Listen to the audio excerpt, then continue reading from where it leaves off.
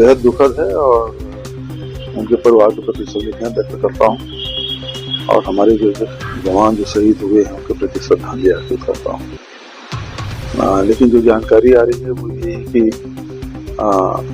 जिस प्रकार से सस्ती मुझे और लौट के ऊपर निजी वाहन में जो है उसका खामियाजा फिर से भुगतना पड़ा है और ये बार बार इस प्रकार की जो घटनाएं सामने आती है तो उच्च अधिकारियों को इसको देखना चाहिए कि इस प्रकार से गलती न हो और जवानों को इतना भी मतलब कब से गए हैं क्या गए इसकी जानकारी मुझे नहीं है, लेकिन प्रारंभिक रूप से जो अभी मैं बस्तर से लौट रहा हूँ ये है कि बहुत ज़्यादा जवानों को अंदर भेजे बिल्कुल भेजना चाहिए, लेकिन थोड़ा संभाल के।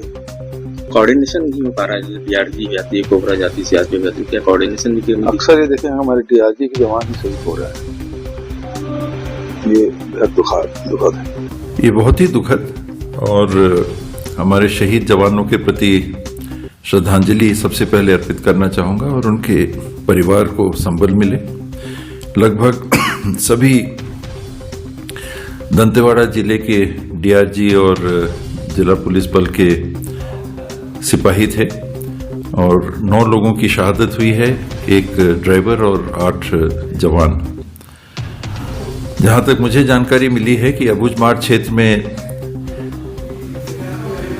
जो कोम्बिंग के लिए गई थी टीम, जिसमें 4 या 5 नक्सली मारे गए थे, एक जवान की शहादत हुई थी, वहां से ये लौट रहे थे और लौटते में जो गाड़ी इनको लेने गई थी बलेरो या स्कॉर्पियो में ये सवार थे, ड्राइवर और 8 जवान।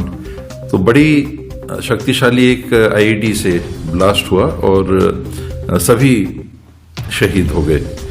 तो ये कायराना एक हमला हमको फिर से देखने को मिला है। पीठ के पीछे से छुरा लगाने वाली बात जिसे हम कह सकते हैं, सामने सामने लड़ाई हो तो एक अलग चीज होती है। ये छुप छुप के कायर जिस प्रकार से वारदात करते हैं, एक और नमूना हमको सामने देखने को मिला और हमारे जांबाज जवानों की शहादत हुई।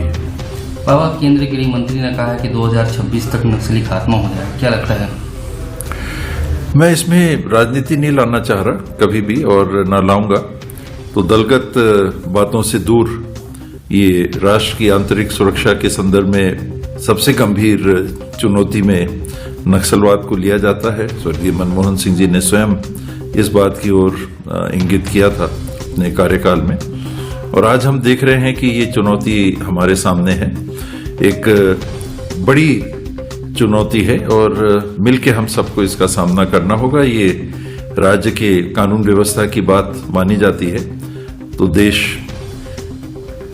से जो अर्धसैनिक बल यहाँ तैनात हैं मुख्यमंत्री जी के अधीन और राज्य का जो पुलिस बल है, ये मिलके पूरे अपने मनोबल के साथ, मुस्तैदी के साथ, बहुत ही खतरों को मोल लेते हुए प्रदेश में शांति बहाल करने के लिए पहल कर रहे हैं और हम सब चाहेंगे कि उनको सफलता मिले। तो क्या लगता है नक्सली खात्मा हो पाएगा, कब तक लगता है?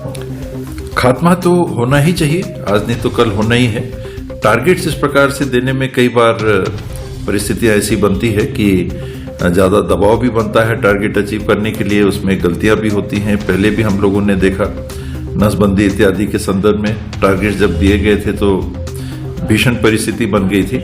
तो ऐसे टारगेट्स से किसी इनोसेंट व्यक्ति की जान नहीं जानी चाहिए, जो कहीं किसी प्रकार से संलिप्त नहीं है और हम ऐसी गतिविधियों में ना जाएं। फिलहाल इसमें तो ऐसी कोई बात नहीं थी।